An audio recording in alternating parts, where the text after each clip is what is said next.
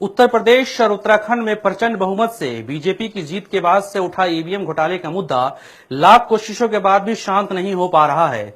चुनाव आयोग भले ही अपनी तरफ से लाख सफाई दे दे कि ईवीएम के साथ छेड़छाड़ नहीं हो सकती है, लेकिन एक बार फिर राजस्थान के धौलपुर में ऐसी शिकायत मिली है जिसको लेकर न सिर्फ कांग्रेसी नेताओं ने हंगामा किया बल्कि चुनाव आयोग की विश्वसनीयता पर भी सवाल उठाए। बीजेपी शासित राज्य राजस्थान के धौलपुर में हुए उपचुनाव के दौरान ईवीएम मशीनों से वोटिंग में एक ही पार्टी को जा रहे वोट को लेकर एक बार फिर से हंगामा हो गया है। यहां कई वोटरों ने शिकायत की कि वो कांग्रेस को वोट दे रहे हैं लेकिन वोट बीजेपी के खाते में जा रही है। शिकायत के बाद मौके पर मौजूद रिटर्निंग ऑफिसर मनीष फौजदार ने इसकी जाँच की तो शिकायत सही पाई गयी, जिसके बाद कांग्रेसी कार्यकर्ताओं ने और हंगामा किया। वोटिंग मशीन जो बनी है उसमें जो माइक्रो कंट्रोलर है वो कौन बनाता है? वो जापान बनाता है, जापानीज कोई कंपनी बनाती है।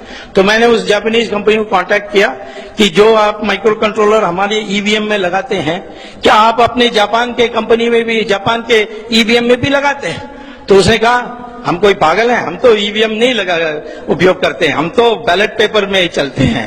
आपको आश्चर्य हो, जापान बैलेट पेपर में है, अमेरिका बैलेट पेपर में है, इंग्लैंड बैलेट पेपर में है, अब जर्मनी सुप्रीम कोर्ट के आदेश के बाद वो भी बैलेट पेपर है। सिर्फ हमारे देश में ये इलेक्ट्रॉनिक मशीन की उपयोग की जा रही है। तब भी जब मैंने कोर्ट में केस डाली तो हाई कोर्ट ने पूछा मुझसे कोई ऐसा आप सुझाव दे सकते हैं कि मशीन का भी उपयोग हो और धांधली भी ना हो। तो मैंने उनको कहा कि जैसे एटीएम मशीन में आप पैसा लेते हैं तो रिसीट आती है, वैसे वोट के लिए बटन दबाने के बाद एक रिसीट आनी चाहिए जिसमें लिखा होना चाहिए किसको आपने दिया, किसको आपने बटन दबाया।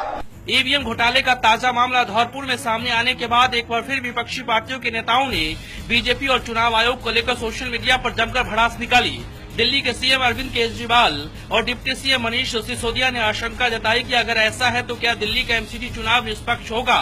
साथ ही केजरीवाल ने चुनाव आयोग से सवाल किया कि आयोग इन मशीनों की टेक्निकल जांच क्यों नहीं कराता, केवल मशीन क्यों बदला जा रहा है, ऐसे में चुनाव का क्या मतलब है।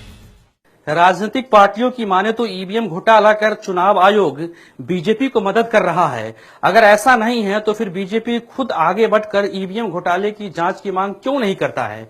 कुछ तो बात है जो छिपाया जा रहा है, वरना यूं ही कोई खामोश नहीं रहता। दूसरी तरफ बीजेपी खुले तौर पर बोलने से बच रही है ताकि इस पर कुछ न कहा जाए।